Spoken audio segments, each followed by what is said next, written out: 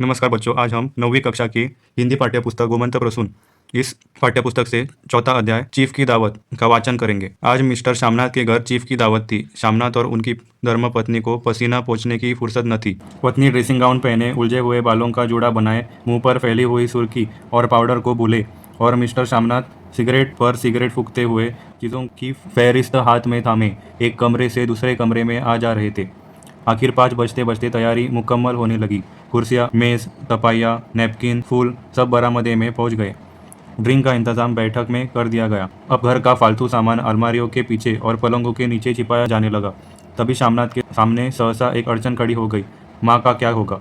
इस बात की ओर न उनका और न उनकी कुशल गृहिणी का ध्यान गया था। मिस्टर शामनाथ श्रीमती की ओर घूमकर अंग्रेजी में बोले, माँ का क्या होगा? श्रीमती काम करते करते ठहर गई और थोड़ी देर तक सोचने के बाद बोली, इन्हें पिछवाड़े इनकी सहेली के घर भेज दो, रात भर बेशक वही रहे, कल आ जाए। शामनाथ सिगरेट मुंह में रखे सिकुड़ी आंखों से श्रीमती के चेहरे की ओर देखते हुए पल भर सोचते रहे। फिर सिर हिलाकर बोले, नहीं, मैं नहीं चाहता कि उस बुढ़िया का आना जाना यहाँ फिर से शुरू हो। पहले ही बड़ी मुश्किल से बंद किया था।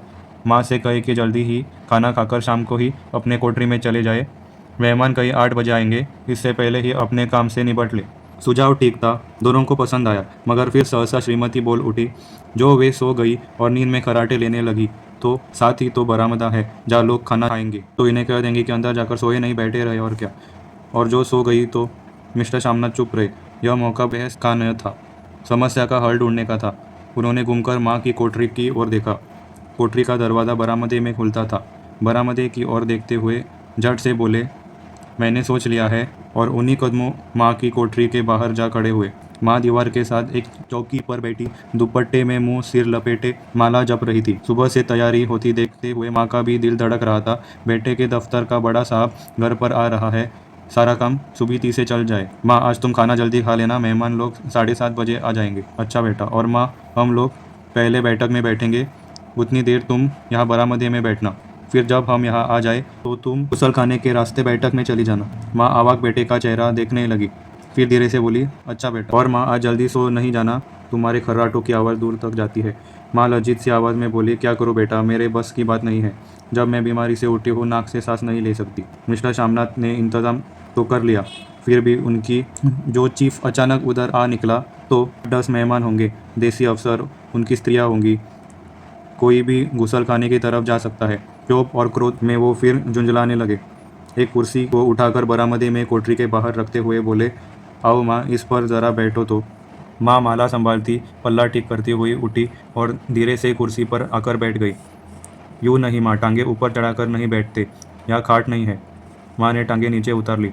और खुदा के वास्ते नंगे पाँव नहीं घूमना, न ही वह खड़ाऊ पहनकर सामने आना। किसी दिन तुम्हारी वह खड़ाऊ उठाकर मैं बाहर फेंक दूंगा। माँ चुप रही। कपड़े कौन से पहनोगी माँ? जो है वही पहनूंगी बेटा, जो कहा पहन लूँगी।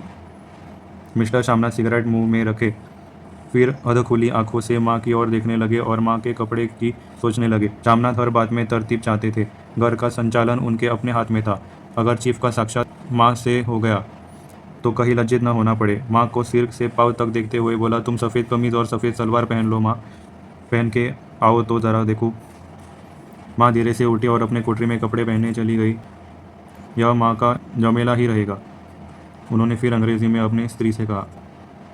माँ सफ़ेद कमीज़ और सलवार पहनकर बाहर निकली। छोटा सा कद, सफ़ेद कपड़ों में लिपटा छोटा सा सूखा हुआ शरीर, धुंधली आंखें, केवल सिर के आधे झड़े हुए बाल पल्ले की आट में छिप गए थे। पहले से कुछ ही कम कुरूप नज़र आ रही थी।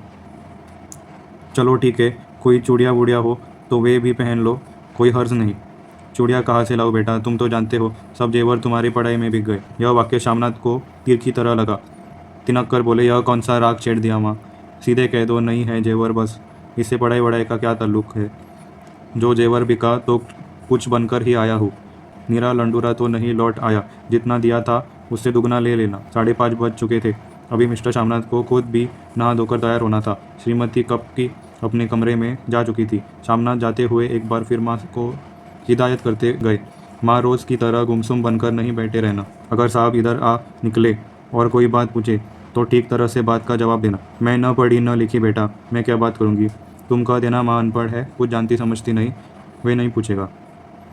7 बजते बजते माँ का दिल धक धक करने लगा। अगर चीफ सामने आ गया और कुछ पूछा तो वे क्या जवाब देंगी। अंग्रेज़ी को तो दूर से ही देखकर वे घबरा उठती थी। यह तो अमरीकी है, न मालूम क्या पूछे, मैं क्या कहूँगी। माँ का जी चाहा कि चुपचाप पिछवाड़े विधवा सहेली के घर चली जाए, मगर बेटे का हुक्म को कैसे टाल सकती थी। चुपचाप कुर्सी पर से टांगे लटकाए वही बैठी रही। शामनाथ की पार्टी सफलता के शिखर चूमने लगी। वार्तालाप उसी रव में बह रहा था जिस रव में गिलास भरे जा रहे थे। आखिर सब लोग खाना खाने के लिए उठे और बैठक से बाहर निकले। आगे आगे शामनाथ रास्ता दिखाते हुए, पीछे चीफ और दूसरे मेहमान। बरामदे में पहुंचते ही शामनाथ सहसा ठिठक गए। जो दृश्य उन्होंने देखा उससे उनकी टांग ये लड़खड़ा गई। बरामदे में एन कोठरी के बाहर माँ अपनी कुर्सी पर जो की त्यों बैठी थी, मगर दोनों पाँव कुर्सी की सीट पर रखे हुए और सिर बाएं से दाएं जोड़ रहा था, और मुंह में से लगातार गहरे खर्राटों की आवाज़ आ रही थी। जब सिर कुछ देर के लिए टेढ़ा होकर एक तरफ को थम जाता तो खर्राटे और भी गहरे हो उठते, और फिर जब झटके से नींद टूटी तो सिर फिर दाएं से बाएं झूलने लगता। पल्ला सिर पर से खिसक आया था और माँ के जड़े हुए बाल आधे गंजे सिर पर अस्त व्यस्त बिखर रहे थे। देखते ही शामनाथ क्रुद्ध हो उठे। जी चाहा कि माँ को धक्का देकर उठा दे और उन्हें कोठरी में धकेल दे, मगर ऐसा करना संभव न था। चीफ और बाकी मेहमान पास खड़े थे। माँ को देखते ही देसी अफसरों की कुछ स्त्रियां हंस दी कि इतने में चीफ ने धीरे से कहा, पुअर डियर। माँ हड़बड़ाकर उठ बैठी। सामने खड़े इतने लोगों को देखकर ऐसी घबराई कि कुछ कहते न बना। से पल्ला सिर पर रखती हुई खड़ी हो गई और ज़मीन को देखने लगी। उनके पाँव लड़खड़ाने लगे और हाथों की अंगुलियां थर थर काँपने लगी। माँ तुम जाकर सो जाओ। तुम क्यों इतनी देर तक जाग रही थी। और खिसियाई हुई नज़रों से शामनाथ चीफ के मुंह की ओर देखने लगे। चीफ के चेहरे पर मुस्कुराहट थी। वे वही खड़े बोले, नमस्ते। माँ ने झिझकते हुए अपने में सिमटे हुए दोनों हाथ जोड़े, मगर एक हाथ दुपट्टे के अंदर माला को पकड़े हुए था, दूसरा बाहर। ठीक तरह से नमस्ते भी न कर पाई। शामनाथ इस पर भी खिन्न हो उठे। इतने में चीफ ने अपने दाएं हाथ मिलाने के लिए माँ के आगे किया। माँ और भी घबरा उठी। माँ हाथ मिलाओ। पर हाथ कैसे मिलाती, दाएं हाथ में तो माला थी। घबराहट में माँ ने बायां हाथ ही साहब को दाएं हाथ में रख दिया। शामनाथ दिल ही दिल में जल उठे। देसी अफसरों की स्त्रियां खिलखिलाकर हंस पड़ी। तू नहीं माँ, तुम तो जानती हो दायां हाथ मिलाया जाता है, दायां हाथ मिलाओ। मगर तब तक चीफ माँ का बायां हाथ ही बार बार हिलाकर कह रहे थे, हाउ डू यू डू। कहो माँ मैं ठीक हूँ, खैरियत से हूँ। माँ कुछ बड़बड़ाई। माँ कहती है, मैं ठीक हूँ। कहो माँ, हाउ डू यू डू। माँ धीरे से सकुचाते हुए बोली, हो डू। एक बार फिर कहका उठा। वातावरण हल्का होने लगा। साहब ने स्थिति संभाल ली थी। लोग हंसने चहकने लगे। शामनाथ के मन का क्षोभ भी कुछ कुछ कम होने लगा था। साहब अपने हाथ में माँ का हाथ अब भी पकड़े हुए थे और माँ सिकुड़ी जा रही थी। साहब के मुंह से शराब की बू आ रही थी। शामनाथ अंग्रेजी में बोले, मेरी माँ गांव की रहने वाली है, उम्र भर गांव में रही है, इसलिए आपसे लजाती है। साहब इस पर कुछ नजर आए। बोले, सच मुझे गांव के लोग बहुत पसंद है। तब तो तुम्हारी माँ गांव के गीत और नाच भी जानती होगी। हाँ, साहब कहते हैं कोई गाना सुनाओ, कोई पुराना गीत, तुम्हें तो कितने ही याद होंगे। माँ धीरे से बोली, मैं क्या गाऊंगी बेटा, मैंने कब गाया है। वाह माँ, मेहमान का कहा भी कोई टालता है। साहब ने इतनी रीत से कहा है। नहीं गाओगी तो साहब बुरा मानेंगे। मैं क्या गाऊँ बेटा, मुझे क्या आता है। वाह, कोई बढ़िया टप्पे सुना दो, तो पत्थर अनारा दे। देसी अफसर और उनकी स्त्रियाँ ने इस सुझाव पर तालियां पीटी। माँ कभी दीन दृष्टि से बेटे के चेहरे को देखती, कभी पास खड़ी बहू के चेहरे को। इतने में बेटे ने गंभीर आदेश भर लहजे में कहा, माँ। इसके बाद हाँ या ना का सवाल ही न उठता था। माँ बैठ गई। क्षीण दुर्बल लर्जती आवाज़ में एक पुराना विवाह का गीत गाने लगी। देसी स्त्रियाँ खिलखिलाकर हंस उठी। 3 पंक्तियाँ गाकर माँ चुप हो गई। बरामदा तालियों से गूंज उठा। साहब तालियां पीटना बंद ही न करते थे। शामनाथ की खींच प्रसन्नता और गर्व में बदल उठी थी। माँ ने पार्टी में नया रंग भर दिया था। तालियां थमने पर साहब बोले, पंजाब के गाँव की दस्तकारी क्या है। शामनाथ खुशी में झूम रहे थे। बोले, ओ बहुत कुछ साहब, मैं आपको एक सेट उन चीज़ों का भेंट करूँगा, आप उन्हें देखकर खुश होंगे। मगर साहब ने सिर हिलाकर अंग्रेजी में फिर पूछा, नहीं, मैं दुकानों की चीज़ नहीं मांगता। पंजाबियों के घर में क्या बनता है, औरतें खुद क्या बनाती है। शामनाथ कुछ सोचते हुए बोले, लड़कियां गुड़िया बनाती है, औरतें फुलकारियाँ बनाती है। फुलकारी क्या। शामनाथ फुलकारी का मतलब समझाने की असफल चेष्टा करने के बाद माँ से बोले, क्यों माँ, कोई पुरानी फुलकारी घर में है। माँ चुपचाप अंदर गई, अपने पुरानी फुलकारी उठा लाई। साहब बड़ी रुचि से फुलकारी देखने लगे। पुरानी फुलकारी थी, जगह जगह से उसके टांगे टूट रहे थे और कपड़ा फटने लगा था। साहब की रुचि देखकर शामनाथ बोले, यह फटी हुई है साहब, मैं आपको नहीं बनवा दूंगा, माँ बना देगी। क्यों माँ, साहब को फुलकारी बहुत पसंद है, इन्हें ऐसे ही एक फुलकारी बना दे दोगी ना। माँ चुप रही, फिर डरते डरते धीरे से बोली, अब मेरी नज़र कहाँ है बेटा, बुढ़िया आके क्या देखेगी। मगर माँ का वाक्य बीच में तोड़ते हुए शामनाथ साहब से बोले, वे ज़रूर बना देंगी, आप उसे देखकर खुश होंगे। साहब ने सिर हिलाया, धन्यवाद किया और हल्के हल्के झूमते हुए खाने की मेज़ की ओर बढ़ गए। बाकी मेहमान भी उनके पीछे पीछे हो लिए। जब मेहमान बैठ गए और माँ पर से सबकी आंखें हट गई तो माँ धीरे से कुर्सी पर से उठी और सबसे नज़र बचाते हुए अपने कोठरी में चली गई। मगर कोठरी में बैठने की देर थी और आंखें से छल छल आंसू बहने लगे।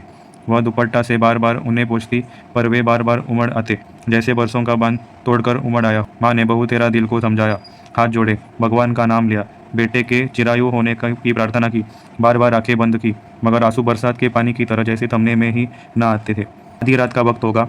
मेहमान खाना खाकर एक एक करके जा चुके थे। माँ दीवार से सट कर बैठी, आंखें फाड़े दीवार को देखे जा रही थी। घर के वातावरण में तनाव ढीला पड़ चुका था। मोहल्ले की निस्तब्धता शामनाथ के घर पर छा चुकी थी। केवल रसोई में प्लेटों की खनकने की आवाज़ आ रही थी। तभी सहसा माँ की कोठरी का दरवाज़ा जोर से खटकने लगा। माँ, दरवाज़ा खोलो। माँ का दिल बैठ गया, हड़बड़ाकर उठ बैठी। क्या मुझसे फिर कोई भूल हो गई है? माँ कितनी देर से अपने को कोस रही थी कि क्यों उन्हें नींद आ गई, क्यों वे ऊँघने लगी। क्या बेटे ने अभी तक क्षमा नहीं किया? माँ उठी और कांपते हाथों से दरवाज़ा खोल दिया। दरवाज़ा खुलते ही शामना झूमते हुए आगे बढ़ आए और माँ को आलिंगन में भर लिया। ओ अम्मी, तुमने तो आज रंग ला दिया। साहब तुमसे इतना खुश हुआ कि क्या कहूँ। ओ अम्मी, अम्मी। माँ की छोटी सी काया सिमट कर बेटे के आलिंगन में चिप गई। माँ की आंखों में फिर आंसू आ गए। उन्हें पूछते हुए धीरे से बोली, बेटा तुम मुझे हरिद्वार भेज, मैं कब से कह रही हूँ। शामनाथ का जुमना सहसा बंद हो गया और उनकी पेशानी पर फिर तनाव के बल पड़ने लगे। उनकी बाहें माँ के शरीर पर से हट गई। क्या कहा माँ? यह कौन सा राग तुमने फिर छेड़ दिया? शामनाथ का क्रोध बढ़ने लगा था। बोलते गई, तुम मुझे बदनाम करना चाहती हो माँ। तुम जानबूझकर हरिद्वार जा बैठना चाहती हो ताकि दुनिया कहे कि बेटा माँ को अपने पास नहीं रख सकता। नहीं बेटा, अब तुम अपने बहू के साथ जैसा मन चाहे रहो। मैंने अपना काम पहन लिया। अब यहाँ क्या करूँगी? जो थोड़े दिन ज़िंदगी के बाकी है भगवान का नाम लूँगी। तुम मुझे हरिद्वार भेज दो। तुम चली जाओगी तो फुलकारी कौन बनाएगा? साहब से तुम्हारे सामने ही फुलकारी देने का इकरार किया है। मेरी आंखें अब नहीं है बेटा जो फुलकारी बना सकूँ। तुम कहीं और से बनवा लो, बनी बनाई ले लो। माँ तुम मुझे धोखा देकर यूँ चली जाओगी, मेरा बनता काम बिगड़ोगी। जानती नहीं साहब खुश होगा तो मुझे तरक्की मिलेगी। माँ चुप हो गई। फिर बेटे के मुंह की ओर देखते हुए बोली, क्या तेरी तरक्की होगी? क्या साहब तेरी तरक्की कर देंगे? क्या उसने कुछ कहा है? कहा नहीं, मगर देखती नहीं कितना खुश हो गया है। कहता था जब तेरी माँ फुलकारी बनाना शुरू करेगी तो मैं देखने आऊँगा कि कैसे बनाते हैं। जो साहब खुश हो गया तो मुझे इससे बड़ी नौकरी भी मिल सकती है। मैं बड़ा अफसर बन सकता हूँ। माँ के चेहरे का रंग बदलने लगा। धीरे धीरे उनका प्रिया भरा मुंह खिलने लगा। आंखों में हल्की हल्की चमक आने लगी। तो तेरी तरक्की होगी बेटा, तरक्की यूँ ही हो जाएगी। साहब को खुश रखूँगा तो कुछ करेगा, वरना उसकी खिदमत करने वाले और थोड़ी है। तो मैं बना दूंगी बेटा, जैसे बन पड़े बना दूंगी। और माँ दिल ही दिल में फिर बेटे के उज्जवल भविष्य की कामनाएं करने लगी। और मिस्टर शामनाथ, अब सो जाओ माँ, कहते हुए तिनक लड़खड़ाते हुए अपने कमरे की ओर घूम गए। अगर आपको एक्सेल ट्यूशन गोवा बोर्ड और उसका कंटेंट पसंद आया हो तो do like, share and subscribe. Thank you.